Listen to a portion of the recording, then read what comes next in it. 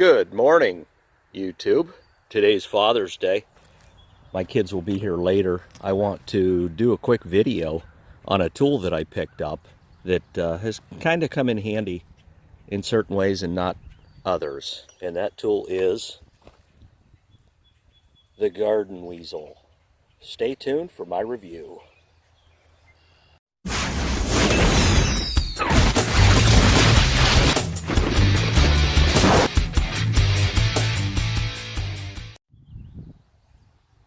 Okay, today's review is the Garden Weasel. The reason I picked this tool up is because there are certain places in a garden that you're just not going to get a motorized, tillage tool in there. You're just not. I just ran over my identifier. Not that I don't know what they are, but yeah, I'll just leave it laying there for now. But anyways, you can see here, I got in between the tomatoes, and you just run this tool like such. You're not going to hit this one time and tear the weeds out. I mean, there's a piece of grass there. You just got to keep hitting it. And I'm using one arm, so it's going to be a little bit of a different ordeal than when I'm using two hands to use it. But you can see it's got these teeth. What I like about it is, say you're doing sweet corn, I can remove this center row, and it just unscrews. And then I can go right in between the rows. I can go right over top of the sweet corn, depending on how tall it is. But you can see I've gone in between the tomatoes, and then over here you can see the difference. There's weeds. Those weeds won't be there. I am going to spray them. I'm not going to till that up. There is actual field corn and whatnot in there, so I don't want to destroy it. But here I did a couple of rows with the Garden Weasel, just as a tillage tool. Now, here's the thing. Most people don't grow sweet corn like this, in extremely long rows, 15, 20 yard long rows. So I would not recommend using this tool for this. But, like you say, in tight spaces, like in between the tomatoes and stuff like that, it worked fantastic. It did work good here too, but boy, was it a... It's just a lot of elbow grease going into it, a lot of sweat equity put into it. So I recommend, in between your sweet corn rows, if you can plant them far enough apart, use a regular rototiller. But this is the status of the sweet corn to this point in time. You can see here the 1, 2, 3, 4th row went a little crooked on me. And what happens a lot of times when you're using that earth seeder, you'll be going along and like, wow, the opener's just going through the dirt, the tilled soil, and you'll hit a hard spot and you'll just have to go around it. And that's what happens. It doesn't matter. I'm not running a combine through here. It is spaced close enough together that it will fertilize the corn. But it's a garden, it's a garden. You're going to get out of it what you put into it. Now, I do have cucumbers growing over here, and these call for a mounding action.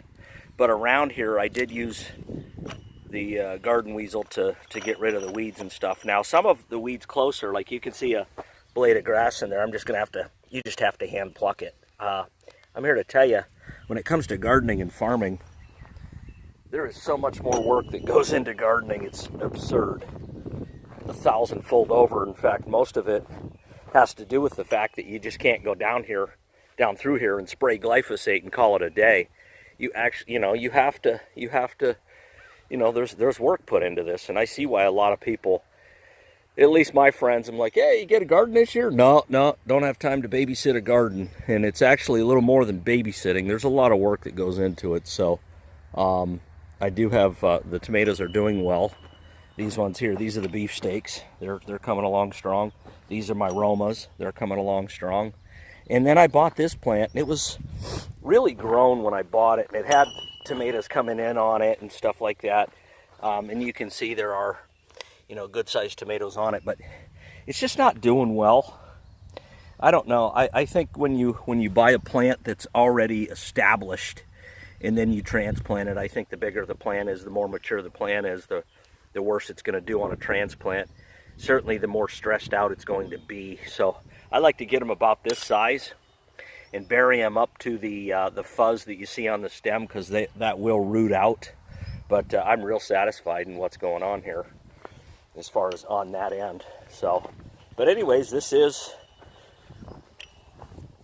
the garden weasel, and I just basically come down like this and come through here, and it just digs it up. Now, I will say one thing about this. You need to stay on top of it. If you are going to buy a garden weasel tool, you need to stay on top of it. If you don't, what happens is the soil in between here hardens. Once this soil hardens, this tool's almost useless. I mean, you'll have to, you'll have to go over it 50,000 times. I mean, at that point in time, you're better off just getting a gas-powered tiller and retilling the soil in between here. But did it work? Yes. Was it fun? Was it efficient? No. So I would not recommend for long rows or anything, anything it's going to take about more than an hour to do with this tool. I certainly would not recommend it. It's absurd, but it does have its use in a garden, in my opinion.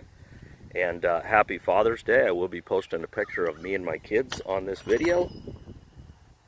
Have a great day. Thanks for viewing. Hit the red subscribe button if you have not.